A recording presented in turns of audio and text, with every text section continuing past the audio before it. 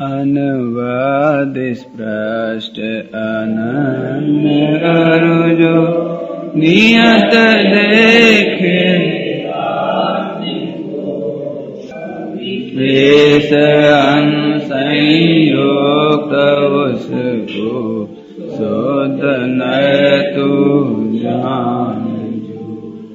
14वीं गाथा में पांचवा पॉइंट क्या है? असंयुक्त। आत्मा असंयुक्त है। कब असंयुक्त है? जब संयुक्त जैसा दिखाई देता है तब ही असंयुक्त है आत्मा।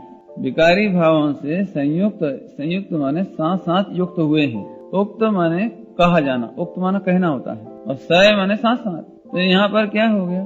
संयुक्त माने एक हिसाब से देखा जाए तो साथ साथ कहे जाते हैं, माने साथ साथ है नहीं, साथ साथ कहे जाते हैं।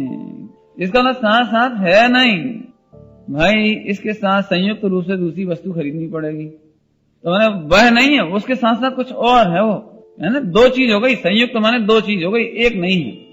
स्पष्ट हो गया एकदम चर्चा से। संयुक्त भाव माने भिन्न भाव, संयुक्त माने भिन्न, वही नहीं है। समझ आया? जैसे पेन स्याही से संयुक्त है। पेन एक दृष्टांत है, तो उससे भी ऊंची बात है थोड़ी बताने के लिए।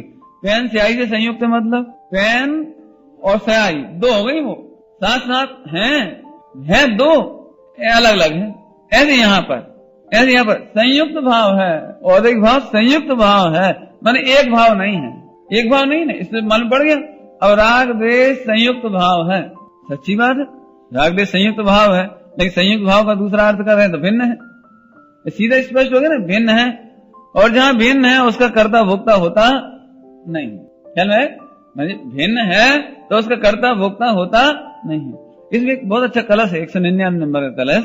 उसमें एक बहुत अच्छी बात आई है कि जो एतु कर्तार मात्मानम पश्यन्ति तमसा ततः, एतु कर्तार मात्मानम, जो कर्ता मानते हैं आत्मा को, आत्मानम आत्मा को, कर्तारम कर्तार मानते हैं, है ना, वे उन लोगों को मोक्षु होने पर भी उसी प्रकार मोक्ष नहीं होता जैसे अन्य लोगों को नहीं होता। बहुत अच्छा, एक मिनट देख लेते हैं, बहुत ही सुंदर है। 199 नंबर का कलश मिल गया। एतु कर्तार मात्मानम पश्यन्ति तमसा ततः सामान्य जनवत तेषाम, सामान्य जनवत, सामान्य जनों की भांति, तेषाम माने उनको भी न मोक्षोपि, मोक्ष नहीं होता, मोक्ष नहीं होगा। क्यों नहीं होगा? मोक्ष होने पर भी, मोक्ष का अर्थ कलश टीका में क्या किया हम समस्त प्रकार का अच्छा आचरण करने पर भी, बहुत पढ़े लिखे होने पर भी, और मोक्ष की अभिलाषा करने पर भी, ऐसा अर्थ किया उन्होंने राजमल जी पांडे ने। मुमुक्षुता माने मोक्ष किसको कहना है? ये बहुत ही अच्छा लगता है मुझे। मोक्ष किसको कहना है? जो आचरण नहीं कर रहे हैं, चारों अनुयोग में ही बाँच रहे हैं, वे तो मोक्ष है ही नहीं। जिन्हें चारों अनुयोग की खबर नहीं है, आचरण भी नहीं कर रहे हैं, स्वाध्याय भी नहीं कर रहे हैं, वे तो मोक्ष भी नहीं है। वहां तो ऐसा कहा है, जो पूरा द्रवलिंग पाल रहे हैं, चाहे वो मुनि हो या श्रावक हो, कोई हो, दोनों में से कोई हो, मुनि हो कि श्रावक हो, है ना, मनुष्य अपन ग्रस्त हो कि मुनि हो, आचरण पालते हैं, चारों अनुयोग के बहुत पढ़े लिखे अभ्यासी हैं, और मोक्ष के अभिलाषी। ऐसे 3 शब्द लेकर के मोक्ष अर्थ किया उन्होंने, 3 वाक्य के लिए समझ लो एक तरह से। तो उनको कहा कि मोक्षुवत, वे मोक्ष होने पर भी न सामान्य जनवत तेषाम, सामान्य जनों की भांति उनको भी मोक्ष नहीं होगा। तो क्या अर्थ लिया है? देखो इसका अर्थ देखते हैं, श्लोकार्थ। जो अंधकार से आच्छादित, तमसा तथा माने अंधकार से आच्छादित ढके हुए हैं, उसमें क्या अर्थ किया? कलश उन्होंने नाटक में जो अंधे हैं, जो अंधे ऐसा लिया है, अंधकार से आच्छादित होते हुए आत्मा को कर्ता मानते हैं, वे भले ही मोक्ष के इच्छुक हों, तथापि सामान्य जनों की भांति उनको भी मुक्ति नहीं होती। देखो एक बात कहूं आपको, समझना थोड़ी काम की बात। ज्ञान में उदय होता है कभी? ज्ञानावर्णी का उदय होता है कभी? ज्ञानावर्णी में उदय के छायोपसमिक भाव है। ज्ञान गुण में कौन सा भाव है? अभी ज्ञान में छायोपसमिक भाव है, ध्यान सुनना। और यहाँ औदिक भाव में अज्ञान ले रहे हैं। एक मार्मिक चर्चा है, थोड़ी सी समझ लो आप। ज्ञानावर्णी का उदय नहीं होता, ज्ञानावर्णी का उदय हो तो ज्ञान नहीं होगा, इसको कहते हैं ज्ञानावर्णी का उदय। माने आपको बिल्कुल भी ज्ञान उदय में नहीं होगा यदि औदिक भाव हो, तो ऐसे नहीं होता। अज्ञान नाम का औदिक भाव होता है, लेकिन काम की बात है थोड़ी सी। ज्ञान में कुछ ना कुछ ज्ञान एक इंद्रिय को भी खुला रहेगा, वो छायोपसमिक भाव। लेकिन किसी विषय विशेष के बारे में ज्ञान नहीं होना, ये अज्ञान नाम का औदैहिक भाव। ऐसा तो हो सकता है ना, आपको संपूर्ण ज्ञान नहीं है तो तत् जाति का औदैहिक भाव कहा जाएगा, लेकिन अज्ञान का उदय चल रहा है, इसलिए आपको तत् जाति का ज्ञान नहीं हुआ है। हाँ, ज्ञान है वो छायोसमिक भाव, इसलिए ज्ञानावर्णी में छायोसमिक भाव लेते हैं अपन। ज्ञानावर्णी में छायोसमिक होगा या छायिक होगा, औदैहिक नहीं होता। ज्ञानावर्णी का औपसमिक भी नहीं होता, ज्ञानावर्णी का औपसम नहीं होता और उदय भी नहीं होता, लेकिन अज्ञान नाम का औदैहिक भाव कहा गया। अब अज्ञान नाम के औदैहिक भाव में हम एक काम की बात बताना हमें तो। अच्छा, अभी ये देखो, ये अज्ञान नाम का औदैहिक भाव, देखो जो चीज तुम्हें जानने में नहीं आ रही है वो अज्ञान नाम का औदैहिक भाव। क्या कहा? जो चीज तुम्हें जानने में नहीं आ रही है, कई बार कोशिश करने पर भी नहीं आती है, इस समय अज्ञान नाम का औदैहिक भाव चल रहा है। देखो, आप 1 घंटे प्रवचन सुन के गए, आपको बहुत समझ में आया और बहुत ही अच्छी लगी, लेकिन घर जाकर के याद नहीं आ रहे, क्या करें, आप भूल गए। अज्ञान नाम का औदैहिक भाव है, आपको पूरी डिटेल याद नहीं रह सकती, ये अज्ञान नाम का औदैहिक भाव है जी। आप घर गए, खूब अच्छी प्रवचन पढ़ के या सुन के या खूब शास्त्र पढ़ते हो, कई बार हम ये देखते हैं ये आदमी खूब पढ़ाई लिखाई कर रहा है, 24 घंटे स्वाध्याय कर रहा है ना, 24 घंटे करने में तो समझ जाना, प्राय स्वाध्याय करते हैं, लेकिन पता नहीं अज्ञान नाम का औदैहिक भाव आता है, चिंतन करने बैठे चिंतन में नहीं आती चीज। बोलो, और ऐसा इसी में नहीं हो रहा, ऐसा अज्ञान नाम का औदैहिक भाव आपके लोक में भी चलता है। लोक में भी क्या चल रहा है कि बिल्कुल अपन सतर्क थे कि दवाई टाइम से खाएंगे, लेकिन अज्ञान नाम का औदैहिक भाव आता है, हम टाइम भूल जाते हैं। वो अज्ञान नाम का औदैहिक भाव है, क्यों हम भूल जाते, याद ही नहीं रहती।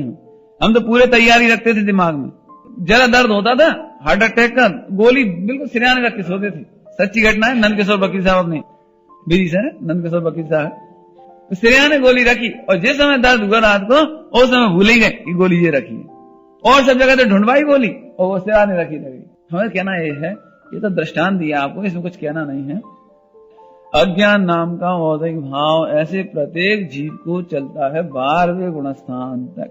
नहीं आती, क्या करो बताओ? तो अभी इससे नुकसान क्या हुआ ये बताओ बस। संयुक्त है कि असंयुक्त है? यदि हम अज्ञान नाम के औदैहिक भाव की ओर से देखें तो संयुक्त है, लेकिन संयुक्त का मतलब है साथ साथ कहे जा रहे हैं, साथ साथ साथ साथ, तन्मय नहीं, तादात्म्य नहीं, साथ साथ कहे जा रहे हैं। अज्ञान नाम का औदैहिक भाव कहां तक चलता है? पहले से 12वें तक। तो अभी तो हमें ये बताना कि औदैहिक भाव से तकलीफ नहीं है, और मिथ्या ज्ञान नाम सुन रहे वो भी सुन लो, बहुत अच्छी बात है। मेंढक का जितना ज्ञान था वो मिथ्या ज्ञान, और जैसे आत्मा का अनुभव हुआ तो सम्यक ज्ञान। तो वही छायोसमिक ज्ञान था जो उसी को सम्यक ज्ञान कह रहे हैं। ईमानदारी से कहें तो ज्ञान में कुछ भी परिवर्तन नहीं होता, केवल सम्यक दर्शन का उपचार उसमें आता है। नहीं, सम्यक दर्शन, सम्यक श्रद्धा का उपचार उसमें आता है, ज्ञान तो वही का वही है।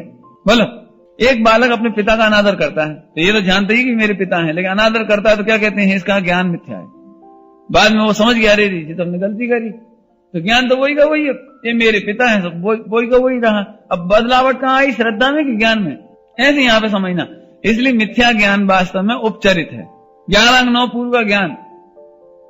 अब वो सम्यक कहो कि मिथ्या कहो, कि वो तो ज्ञान है वास्तव में, लेकिन मिथ्या ज्ञान है। क्यों? कि मिथ्या दर्शन है। अब जैसे सम्यक दर्शन हुआ तो 11 अंग 9 पूर्व ज्ञान कैसा हो गया? सम्यक ज्ञान हो गया। इसलिए हम उसको भेद नहीं करना चाह रहे थे इतनी देर में, उसको हम औदैहिक में जरा ज्यादा बताना चाह रहे थे। औदैहिक माने क्या? ये औदैहिक माने साथ साथ कहा जा रहा है, इसका मतलब साथ साथ रहता है, ये साथ ही रहता है बस, तादात्म्य तो नहीं हुआ इससे। अच्छा पंडित, इससे नुकसान यदि मान चलो ऐसी नहीं माने तो, मान चलो हमारी ये चर्चा हो रही हो, ये बोल नहीं माने तो, संयुक्त असंयुक्त का बोल नहीं माने तो दिक्कत क्या होगी? इससे दिक्कत ये हो जाएगी कि पहले नंबर तुम अज्ञान दूर करने के लिए क्षोभसम बढ़ाने की चेष्टा करोगे। इसका मतलब तो ये निकला कि पहले आप सर्वज्ञ होना चाहते हो। क्यों? पहले सर्वज्ञ होंगे तब सम्यक दर्शन होगा, नहीं तो अज्ञानता तो खत्म होना ही नहीं है। फिर तो इसका मतलब तुम्हें सम्यक दर्शन लेने के लिए पहले 13वां गुणस्थान चाहिए पड़ेगा। गड़बड़ हो जाएगी इसमें कि नहीं, चिंता नहीं करो, सर्वज्ञता के पहले भी तुम वीतरागी हो सकते हो। कैसे हो सकते हो? कि वस्तु स्वभाव का स्वभाव स्वरूप जानकर नजदीक जाकर ये निर्णय कर लिया कि ये संयुक्त है, हमें हानिकारक नहीं है। कैसे सुन लो, अज्ञान नाम का औदैहिक भाव किसी के लिए भी हानिकारक नहीं है। किसी गड़बड़ नहीं करना, पूरी बात समझना। अज्ञान नाम का औदैहिक भाव सब एक पहले गुण स्थान वाले को तो नुकसानदायक है। यदि हानिकारक हो तो फिर लाभकारक कब बनेगा वो? इसका मतलब पहले सम्यक दर्शन होगा फिर वो लाभकारक होगा। एक्चुअली ये तो हम उपचार से कहते हैं भाई साहब, चौथे गुणस्थान में जाने का पूरा पुरुषार्थ तो पहले गुणस्थान में होता है। और कौन करता है वो पुरुषार्थ? बुद्धिपूर्वक कह दो ज्ञान ही तो करता है, दर्शन तो कुछ करता नहीं। पुरुषार्थ कौन कर रहा है पूरा? ये सुनने का, समझने का, विचारने का, निर्णय करने का कौन कर रहा है? इसीलिए न्यायदीप का जो ग्रंथ है ना, न्यायदीप, उसमें सम्यक दर्शन को पहले नहीं रखा, उसमें सम्यक ज्ञान पहले रखा उन्होंने। बार रत्नात्रय इस तरह से लिखे, सम्यक ज्ञान, सम्यक दर्शन, सम्यक चारित्र। उसका कारण है, उसका कारण क्या है कि जब तक ज्ञान सम्यक नहीं होगा तो श्रद्धा किसकी करोगे? आप ज्ञान नहीं करोगे, श्रद्धा के श्रद्धे का ज्ञान नहीं करोगे, आपको आत्मा के बारे में मालूम नहीं। अब मैं चल मैं एक ऐसा उपदेश दूं, देखो सच्ची बताऊं तो अपन प्रवचन कितनी कर रहे हैं तो ज्ञान परख, जितने प्रवचन हो रहे हैं ज्ञान परख। ये 5 बोल क्या है, ये भेद प्रभेद क्या है, गुण पर्याय ये क्या है, अनंत गुणों का समूह ये क्या है, पर्याय क्षणिक होती ये क्या है, एक ज्ञान, एक ज्ञान की कौतूहल करके, ज्ञान का कोलाहल, ज्ञान की कौतूहल कर करके एक्सरसाइज कर करके अब उपयोग कहां जाता है भैया? एक श्रद्धा तो आत्मा की करना पड़ेगी, एक श्रद्धा, भजन कहां चला जाता है पूरा। इसलिए न्याय दीपिका में सम्यक दर्शन प्रकट करने के लिए ज्ञान को पहले करें। ज्ञान नहीं होगा तो कैसे करो? बिना जाने की श्रद्धा होती नहीं। और नहीं तो फिर एक ही काम करो, ये द्रव्य गुण पर्याय के भेद मत समझाओ, और ये सब 5 भाव मत समझाओ, 5 ये तुम्हारे क्या क्या है, ये सब पॉइंट मत समझाओ। फिर एक ही बात कहो, भैया आत्मा की श्रद्धा करो, आत्मा की श्रद्धा करो। जिस दिन आत्मा की श्रद्धा हो जाएगी बस उसी दिन कल्याण हो जाएगा। तो फिर क्या समझ में आया? अब कुछ समझ में नहीं आया, इसलिए सम्यक ज्ञान भावमुखी किया। अब हमें फिर से कहना है, इसलिए वो जो ज्ञान है वह सचमुच तो हानिकारक नहीं है। कौन का ज्ञान? पहले गुणस्थान से लेकर तीसरे गुणस्थान तक का ज्ञान हानिकारक नहीं है। वो ही पुरुषार्थ करेगा, पहले ही गुणस्थान वाला पुरुषार्थ करेगा ज्ञान, इसलिए उसको छायोसमिक भाव कहा उसको। और अज्ञान नाम का औदैहिक भाव किसे कहना? अभी समझ लो। अब पहले गुणस्थान में एकेंद्रीय से लगाकर असंगी पंचेंद्रीय तक हैं, उनको अज्ञान नाम के औदैहिक भाव में आत्मा भी शामिल है, उन्हें आत्मा का भी अज्ञान नाम का औदैहिक भाव चल रहा है। क्या कहा? फिर एकेंद्रीय से लगाकर असंगी पंचेंद्रीय तक को अज्ञान नाम का जो औदैहिक भाव है उसमें आत्मा का भी ज्ञान नहीं है, इसलिए उनको तो सम्यक दर्शन हो ही नहीं सकता। क्यों? क्योंकि उनके ज्ञान में आत्मा ही जानने में नहीं आ रही, इसलिए अज्ञान नाम के औदैहिक भाव में उनका आत्मा भी शामिल हो गया। वे आत्मा को नहीं जानते और बताओगे तो भी जान सकेंगे ही नहीं। अज्ञान कहां तक? असंगी पंचेंद्रीय तक। अब संगी पंचेंद्रीय में भी 2 बात हो जाएगी कि संगी पंचेंद्रीय में जो लोग पढ़ते नहीं, सुनते नहीं, समझते नहीं, कुछ खबर है ही नहीं, तो उनको भी आत्मा का ज्ञान औदैहिक भाव। और जो इसको जान रहे हैं तो अभी अपन लोगों को औदैहिक भाव में इतना तो हुआ कि आत्मा शब्द जानते हैं, आत्मा के द्रव्य गुण पर्याय जानते हैं डिटेल में, भले ही आत्मानुभूति नहीं हुई जब तक भी। और आत्मा के बारे में अब हम कुछ ना कुछ निर्णायक स्थिति में पहुंच रहे हैं, तो ये हमारा ज्ञान में अज्ञान नाम का औदैहिक भाव टला। क्या कह रहे हैं? औदैहिक भाव टल रहा है, इसलिए पुरुषार्थ हो रहा है। यदि नहीं टलता तो आप पुरुषार्थ नहीं करते। ध्यान सुनो, एक बहुत मार्मिक बात है। इससे क्या फायदा हो गया कि अब तुम्हें 3 लोक में किसी भी जीव से घृणा नहीं होगी। ये जी तो आत्मा की शब्द सुनने से घबराती है, ये भैया जी तो आत्मा शब्द नहीं सुनना चाहती, अरे ये तो पढ़ना नहीं चाहती, अरे ये तो बात ही नहीं कर, ये नफरत नहीं होगी। क्यों? वे करें क्या? आत्मा का ज्ञान भी उनके लिए अज्ञान औदैहिक भाव के कारण हो नहीं रहा है। और तुम्हें हो रहा तो इठलाने की जरूरत नहीं है, औदैहिक भाव है, कोई तुम्हारा पुरुषार्थ नहीं हो गया। इसमें अकर्ता लिए ना पर शुरू में, औदैहिक भाव का अकर्ता लिए ना, इठलाओ मत, तुम्हें भी नेचुरल हुआ है। अज्ञान नाम का औदैहिक भाव टल गया, इसलिए तुम्हें आत्मा की चर्चा आ गई समझ में, इसलिए तुम्हें आत्मा की चर्चा करने लगे, इसलिए तुम्हें आत्मा पकड़ में आ रहा है। किसकी कृपा है?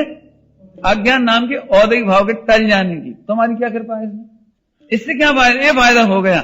जैसे अपन बहुत उपदेश कर रहे, अरे ये तो बिल्कुल वज्र मूर्ख है, ये तो बिल्कुल ऐसे ही है, ये तो समझाते ही नहीं है, काहे के ज्ञानी, सुनना ही नहीं चाहते, पढ़ना ही नहीं चाहते, कहीं समझना ही नहीं चाहते। जो ऐसा द्वेष होता है वक्ताओं को, वो नहीं होगा। हम लोग घर में देखो, आप घर में 4 मेंबर हो, कोई भी नहीं समझाए समझ जाते हैं, कोई अज्ञान होते ऐसा होता है, छोटे छोटे बच्चे होते हैं, आप कुछ मत बताओ तो भी इंटेलिजेंट होते हैं, और कुछ ऐसे होते हैं कि उन्हें बहुत समझाना पड़ता है, और कोई को बहुत समझाने पर भी समझ में नहीं आती। ये काय का अंतर हो गया जी? जिसका जो सोचने का तरीका है वो बदलना बड़ा कठिन, ये अज्ञान नाम का औदिक भाव। और कई बार अपन जो दूरदृष्टि कहते हैं ना, हमें बहुत दूरदृष्टि है, वास्तव में आपको अज्ञान नाम के औदिक भाव का मंद उदय है। कई बार हम बड़े बड़े काम गलत नहीं करते और छोटे छोटे काम गलत कर जाते हैं, बोलो है, होता है, सबके साथ होता है ना। रसोई घर में महिलाओं से खूब होती होंगी, उन्हें खूब अनुभव होंगे इस चीज की। छोटी छोटी बातों में गलती, बड़ी बातों में नहीं होगी, बोलो। ख्याल में अब एक औदिक भाव समझा दिया इतनी देर में, इतनी चर्चा करके औदिक भाव का, अज्ञान नाम के औदिक भाव का प्रैक्टिकल समझा दिया। हमें तो फायदा इसमें ये हुआ कि हम अज्ञान नाम के औदिक भाव को पारिणामिक भाव से भिन्न देख करके समता कर सकते हैं। हमारे घर में एक बच्चा नहीं मानता, अरे करें क्या, अज्ञान नाम का औदिक भाव, उसकी क्या गलती है। बस इस तरह से जान करके जब उसका काल पकता है उस समय अपने आप बुद्धि में ऐसी होती है। ये तो अपन खुद देख लो अपने अपने, पहले बुद्धि नहीं मान रही थी, बाद में बुद्धि मान जाती है। जी क्यों मान जाती? हट किसको कहते हैं? हट माने बहुत हटीला है। हटीला माने कि उसके अज्ञान नाम के औदिक भाव की इतनी तीव्रता है उसे समझ में नहीं आ रही, इसका नाम हट। अच्छा आज तो उन्होंने बड़ी जल्दी हट छोड़ दिया, तो क्या छोड़ दिया हट? आज उनके अज्ञान नाम का औदिक भाव चला गया। हर एक आदमी हटीला है, ऐसा कोई नहीं कि हटीला कोई नहीं, सब ही है। लेकिन कितने हटीले हैं कि जितना अज्ञान नाम का औदिक भाव, और समझ में जाती तो बदल जाता है। ऐसे इसे समझना, ये फायदा हो गया। अज्ञान नाम का औदिक भाव से आत्मा का नुकसान नहीं है, हमारे दृष्टि के विषय का नुकसान नहीं है। इसलिए क्या करो, तुम आत्मा को ऐसा जानो कि हमारा नुकसान नहीं हो, हम तो अप्रभावी परिपूर्ण है। हाँ, अज्ञान नाम का औदिक भाव है, वो संयुक्त है, संयुक्त माने साथ साथ है। इससे क्या फायदा हुआ कि अज्ञान नाम के औदिक भाव को देख देख करके आत्मा को पामर देखने की आदत बंद हो जाएगी। हमें एक ही काम करवाना है, लोक की भाषा में कहो तो हमें आपको सेल्फ कॉन्फिडेंस पैदा करना है, या कॉन्फिडेंस पैदा करना है आत्मा के बारे में कि तुम आत्मा के विश्वासी बनो, आत्मविश्वासी। सेल्फ कॉन्फिडेंस माने अंग्रेजी में सेल्फ कॉन्फिडेंस, थोड़ा अच्छा लगता है सुनने में। आत्मविश्वास, आत्मविश्वास में तुम आत्मा का विश्वास करो कि विपरीत परिस्थितियों में, बेकार के होने पर भी, कसायों के होने पर भी, अज्ञान के होने पर भी, अरे नहीं, लेकिन वो तो संयुक्त है ना, तुम तो संयुक्त हो ना, तुम उससे कहां लगे हो? असंयुक्त माने तुम उससे कहां लगे हुए हो, तुम तो उससे बिल्कुल ही अलग हो। सब अपने अपने जीवन में झांक के देखो, ये संयुक्त भाव कितनी तेजी से बदलता है।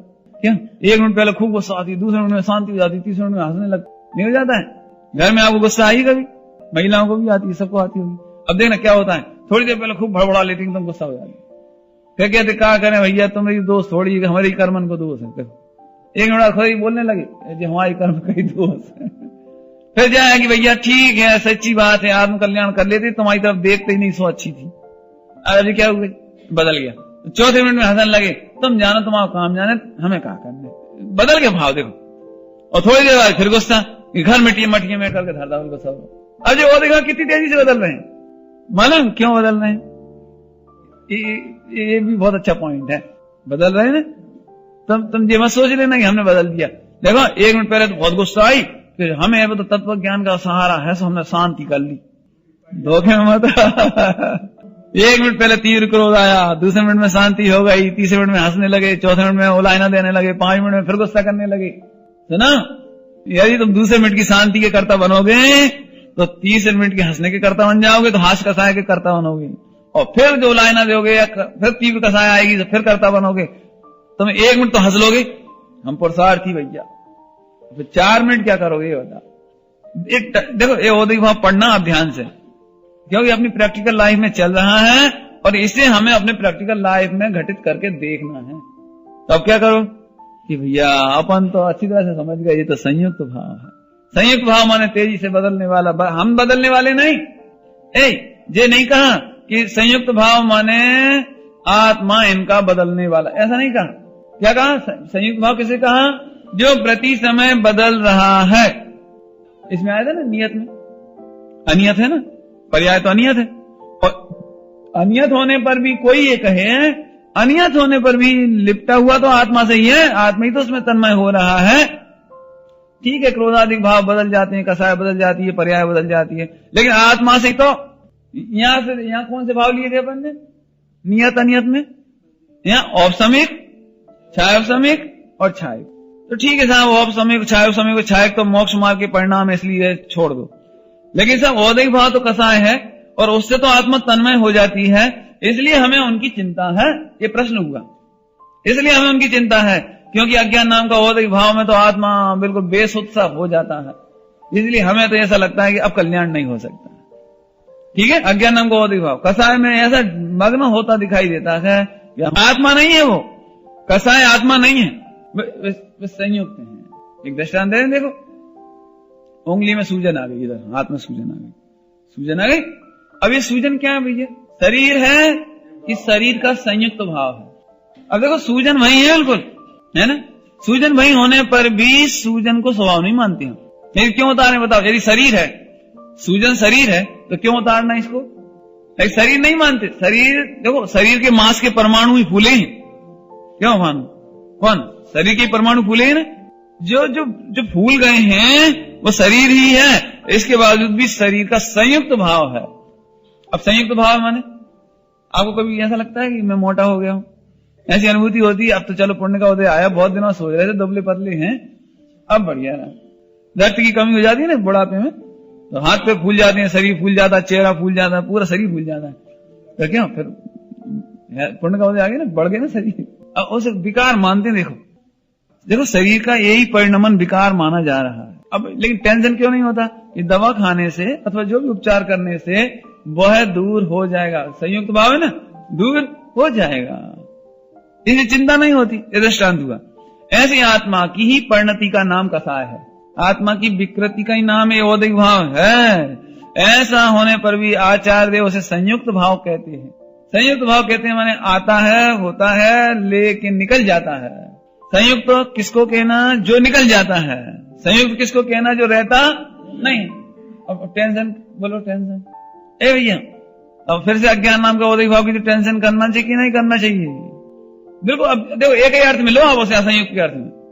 असल में क्या होता है कि पंडित जी कसाय की चिंता नहीं, फला की चिंता नहीं, इसकी चिंता नहीं, लिंग की और गति की भी चिंता नहीं, लेकिन साहब अज्ञान नाम का औदिक भाव तो खतरनाक है ना। हम आपसे फिर कह रहे हैं एक ही खाते में खताओ से आप ऐसे मत घबरा जाना कि अज्ञान नाम का औदिक भाव चल रहा है तो कोई जीव पतित हो गया है। इससे बहुत फायदा होगा आपको। जगत के जीवों को अज्ञानी देखकर उन पर भी आपको उस अज्ञान नाम का औदिक भाव भिन्न दिखाई देगा और परिणामिक भाव भिन्न दिखाई देगा। इससे क्या होगा कि आपको उनसे नफरत, गिलानी, पामरता नहीं रहेगी। अभी क्या हो जाता है, हरिजन तो मूर्ख है, हरिजन में तो अकल नहीं है, जे का समझे, क्या करते हैं अपन? तिरस्कार। तिरस्कार से कोई मोक्ष मार्ग थोड़ी हो जाएगा। आहा धन, ऐसे वर्णन मिलते हैं प्रथमान योग में। आचार्य भगवान मुनि भगवान हो, जंगल में भाव नहीं आवे तो सामने भले ही बड़े बड़े सेठ आए, बड़े बड़े राजा आए, तो भी उपदेश नहीं देते। और कई जरूरत पड़ी तो दिगंबर मुनिराज ने घायल बंदर को भी संबोधन दिया, ले और उसकी समाधि करा दी।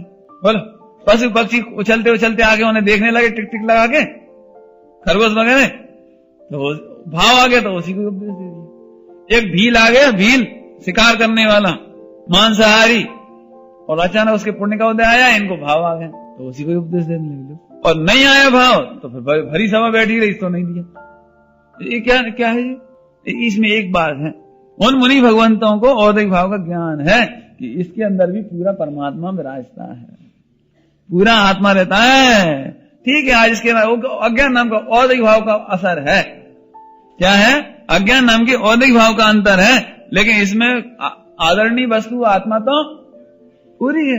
हम इसलिए तो ये दृष्टांत आपको व्यापक कर रहे हैं। इससे अपने कितना फायदा है बोलो? दिगंबर मुनिराजों को राग द्वेष उत्पन्न क्यों नहीं हो रहा है? वे जानते हैं इनको अज्ञान नाम का औदिक भाव है, बाकी तो जे और हम में अंतर नहीं। अंतर यही ऊपरी जान, तो ऊपरी जानो बस, अंदर में क्यों जानते हो? दिक्कत तो यह है कि हम अंतर को ऊपरी नहीं जानते, अंदर जानने लगते हैं। क्या पंडित जी आपकी आत्मा तो बहुत पवित्र है, आप तो भगवान बन जाओगे। पंडित जी हमारी आत्मा लेकिन बड़ी बेकार है। क्या बात है?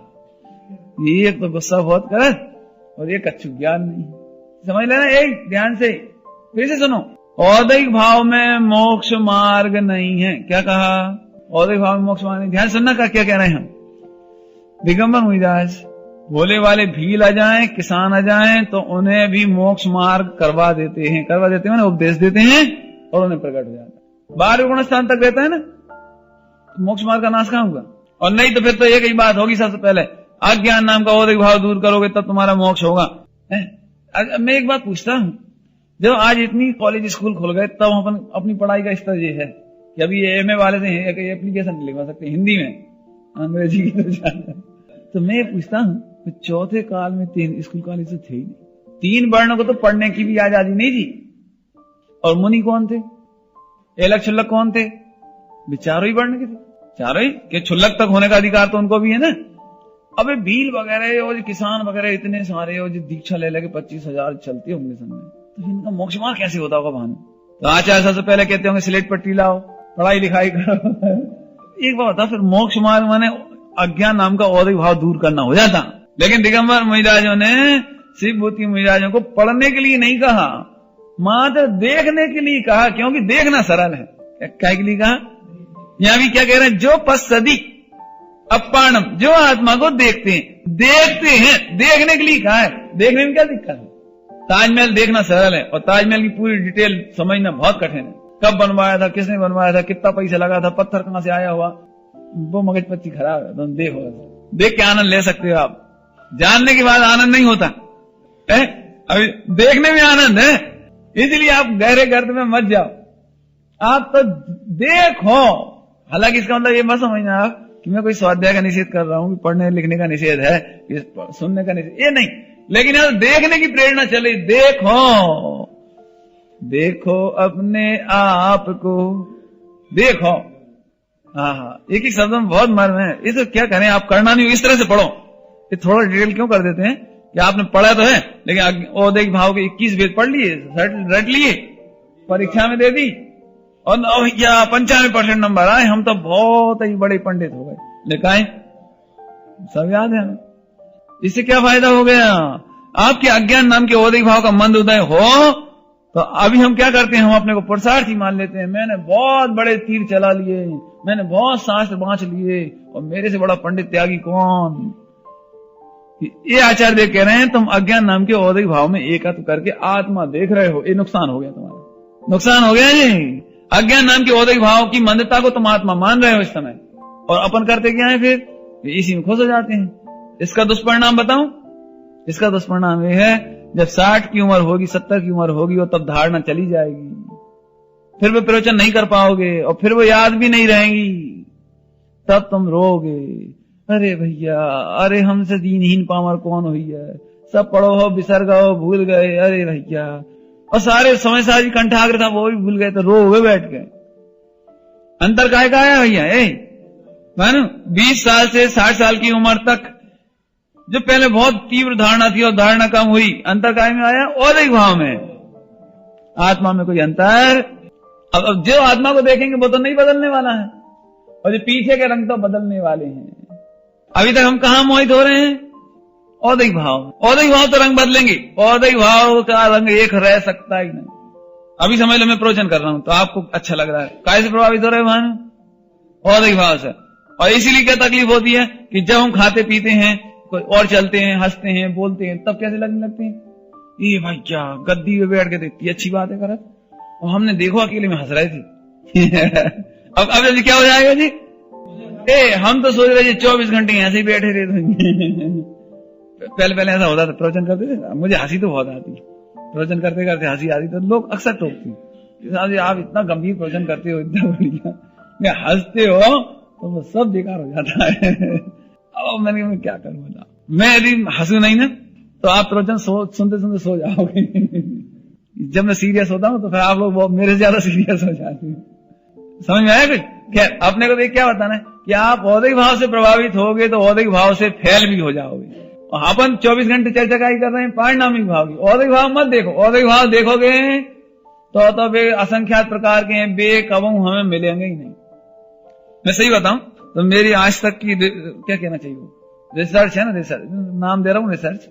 आज तक की रिसर्च ये है कि मुझसे अच्छा जगत में कोई नहीं। हर आदमी की ये सोच है कि हमसे अच्छा कोई नहीं है। कोई ब्रह्मचारी हो, त्यागी हो, मुनिराज हो, पंडित हो, सेठ हो, व्यापारी हो, सास हो, ननंद हो, भाभी हो, बहू हो, पूछ लो आपको, हमें कोई आदमी निर्दोष दिखाई नहीं देता। हालांकि वो अपनी नजरों में अपन भी निर्दोष नहीं देखता होगा, लेकिन ये बात तो तय है कि उसे निर्दोष कोई ब्रह्मचारी, त्यागी, पंडित, विद्वान, मुनि दिखते ही नहीं होंगे। कारण है, गलत नहीं है वो बात तो सच्ची है, औदिक भाव है। और ये औदिक भाव कहां तक रहने वाले हैं? ये तो अज्ञान नाम का है, बाकी कहां तक रहने वाले? असिद्धत्व नाम का, आखिरी अगला है वो तो 14 गुण तक रहना। मालूम क्या लिखा है बढ़िया, कि जब औदिक भाव का मिलान करने की बात आई तो आचार्य ने ये बात कही कि भाई तुम औदिक भाव मत देखो, औदिक भाव तो केवली के ही नहीं मिलते, 13 गुण स्थान वालों के औदिक भाव नहीं मिलते। हमारे तुम्हारे नहीं मिल रहे, इसे कोई आश्चर्य नहीं है। हम बहुत सोचते हैं कि ब्रह्मचारी को कैसा होना चाहिए, महिलाओं को कैसा होना चाहिए, श्रावकों को कैसा होना चाहिए, लेकिन जब उसे ज्यादा सोचते ना तो सिर दुखने लगता है। आप सोचो मत। एक बात है, दृष्टि में जी होना चाहिए, हार्ड एंड फास्ट जी होना चाहिए, इसके बाद औदिक भाव तो मिलेंगे नहीं, किसी को मिलेंगे नहीं। बोलो एक बार झगड़ा हो रहा था 2 ब्रह्मचारियों, दृष्टांत है, झगड़ा हो रहा है। क्या बात है झगड़ा हो रहा है? मैं इतना बढ़िया प्रवचन करता हूँ, मेरी बहुत बढ़िया इंटेलिजेंस है, तुम तो जरा नहीं जानते। तो दूसरा बोला हो तो कहा भाई तुम खाद भी तो 10 रोटी हो, हम तो 2 ही खाते। हो गई बराबरी, खत्म। हम इस गुण में अच्छे हैं, तुम उस गुण में अच्छे हो, खत्म हो गई बात। अब क्या इनका कोई समाधान है? भाई एक समाधान है, इन दोनों के पास यदि दृष्टि में गायक हो वो औदिक भाव है। बाकी जो बहुत बढ़िया प्रवचनकार है वो ये देख लेगी इनका औदिक भाव है, सर इनको इतना याद नहीं रहता, इतना प्रवचन नहीं कर सकते, इतना नहीं बोल सकते, बस खत्म बात। और वो ये समझ ले कि भाई ठीक है, इनको अज्ञान नाम का औदिक भाव है, मेरे को इनको क्षुधा बेदनी का तीव्र होता है, ये 10 रोटी खाते हैं, कहें क्या? दोनों औदिक भाव भिन्न देखें तो एक समाधान है, बाकी कोई समाधान नहीं। अब हमको उस दुनिया की खबर है ना, तो मिलते जुलते रहते हैं, पता लग जाती है। अरे रे भाई, इसका मतलब ये निकला औदिक भाव एकमात्र समझे बिना आपको दूसरा कोई रास्ता नहीं। घरों में भी यदि आप कहो, अब मैं घर में चला जाता हूं, हालांकि जाना नहीं चाहिए, लेकिन 99% झगड़ा, 100% झगड़े इसी बात के हैं, औदिक भाव के। औदिक भाव के 80 साल की सास होगी, 60-70 साल, अब उन्हें कहा घी पचना है, तो घी लेते ही नहीं है। अब बहू को तो पचेगा, वो 1 चम्मच के 1.5 चम्मच ले लेता, आंखों में चुभता है, बस क्यों चुभता है? अब ये नहीं मालूम खुद जब थी जब कितने खाते थे। नहीं, दिक्कत यही है कि अब हम नहीं खा रहे तो किसी को नहीं खाना चाहिए, हम विरक्त तो सबको विरक्त होना चाहिए। हम नहीं खाते ना तो आपको भी नहीं खाना चाहिए, ये तरीका नहीं है। बिल्कुल अच्छी तरह समझना, इसे सब तरह की बात समझ लेना। हम ऐसे नहीं बोलते, तुम्हें ऐसे नहीं बोलना चाहिए, ऐसे हटाकर ऐसे धर्म नहीं होता, हो ही नहीं सकता। बोलो हमारा कंठपात हो रहा है गायन में, तो तुम्हारा भी होना चाहिए। अब जी क्या उपाय है इसका? भैया एक उपाय है एक उपाय है, औदिक भाव केवली के नहीं मिलते तो तुम्हारे हमारी की बहुत मार्मिक है। आहा, दिगंबर मुनिराजों को अज्ञान नाम के औदिक भाव का पता होने से कोई अज्ञानी शिष्य भी आता है तो उसकी उपेक्षा नहीं होती, घृणा नहीं होती, नफरत नहीं होती। अरे भाई आओ आओ, तुम भी धर्म कर सकते हो, लगो, तुम भी धर्म में लग सकते हो। और नहीं तो फिर पशु गति के जीवों को तो कोई उपदेश ही नहीं मिले। सिंह की पर्याय में 2 मुनिराजों ने संबोधन दिया, ये तो सबको प्रसिद्ध है बात। ये बताओ कि उसको सम्यक दर्शन हो गया कि नहीं हो गया? अच्छा सम्यक दर्शन हो गया, फिर 7 तत्व के नाम तो मालूम पड़ ही गए होंगे। नहीं, अब जैसे महीना 6 महीना जिंदा रहा होगा, शेर नहीं रहा होगा, साल भर 2 साल जितने भी रहा होगा, तो फिर 2 साल में कछु तो 7 तत्व के नाम मालूम पड़ गए होंगे। तो फिर मुनिराज ने तो बहुत बड़ी गलती करी, जाते जाते 2 ही तरह का काम बता के जाना था। एक तो आत्मा बताई दी थी, और जी और बता देते भैया 5 प्रकार के भाव हैं, जी और समझ लो। क्या गजब बात है, देखो हो तिर्यांश गति में असंख्यात सम्यक दृष्टि, बोलो असंख्यात सम्यक दृष्टि को मनुष्य में अभी गिन लो, गिनना भैया जरा। मैं तो यही कहता हूँ, अभी वर्तमान में एक सम्यक दृष्टि से ज्यादा हो ही नहीं पा रहा, नहीं आई समझ। जिससे पूछो मुझे कहता मैं तो सम्यक दृष्टि हूँ, बाकी सम्यक दृष्टि देखो आई समझ आई, एक सम्यक दृष्टि से दूसरा पैदा हो ही नहीं पा रहा, क्यों? गिनने जाते हैं सब मिलता ही नहीं है। ऐसा नहीं है भैया, तुम जरा औदिक भाव को मत देखो, औदिक भाव से पार आत्मा देखो, तुम्हारे घर में भी शांति रहेगी, समाज में भी शांति रहेगी। शांति रखने का एकमात्र उपाय, मुझे जब मैं प्रवचन शुरू करता हूँ ना तो इतना दिखता है उसको मैं एक वाक्य में कह देता हूँ। अब इस जैसे घर में शांति, पूरा घर का दृश्य दिख रहा है, क्या शांति हो सकती है? समाज की शांति पूरी दिख रही है, एक वाक्य कहा आपको तो, और पूरे देश में शांति हो सकती है, एक वाक्य में इतनी ताकत है इसमें। इतना कहकर क्या कहना चाहता हूँ कि नहीं समझ में आया हो तो समझने की चेष्टा करना, नहीं समझ में आए तो समझने की चेष्टा करना, अपना उपयोग लगाना। और देखो भाई, सुखी यदि होना हो तो इसके सिवा दूसरा कोई उपाय नहीं। जब हम भगवान के सामने भक्ति करते हैं ना, प्रभु हमें सुखी कर दो, दुखी हो रहे हैं, हमारे दुख दूर कर दो, तो उन्होंने दुख दूर करने का उपाय बता दिया। अब हम उपाय तो नहीं पालन करें और फिर एक हमें दुख दूर हो जाए तो दुख नहीं होंगे। हम डॉक्टर के पास जाएं और डॉक्टर जो दवाई दे वो तो ना खाएं, परहेज तो ना करें, और फिर कहें हमारे डॉक्टर साहब बीमारी दूर करो, डॉक्टर क्या करेगा? ऐसी भगवंतों के द्वारा दी गई दवाई है ये। 14वीं गाथा भगवंतों के द्वारा दी गई दवाई है। तुम औदिक भाव को भिन्न देखो, नहीं तो तुम्हारे में कभी शांति नहीं मिलेगी। करें क्या बताओ? औदिक भाव की भिन्नता तो रहेगी भाई। ऐसा कोई स्टैंडर्ड पैटर्न नहीं बनाया जा सकता कि इसके अनुसार सबके औदिक भाव हो जाए, हो ही नहीं सकते। लेकिन एक चीज हो सकती समान, वो पारिणामिक भाव। ओम नमः शिवाय।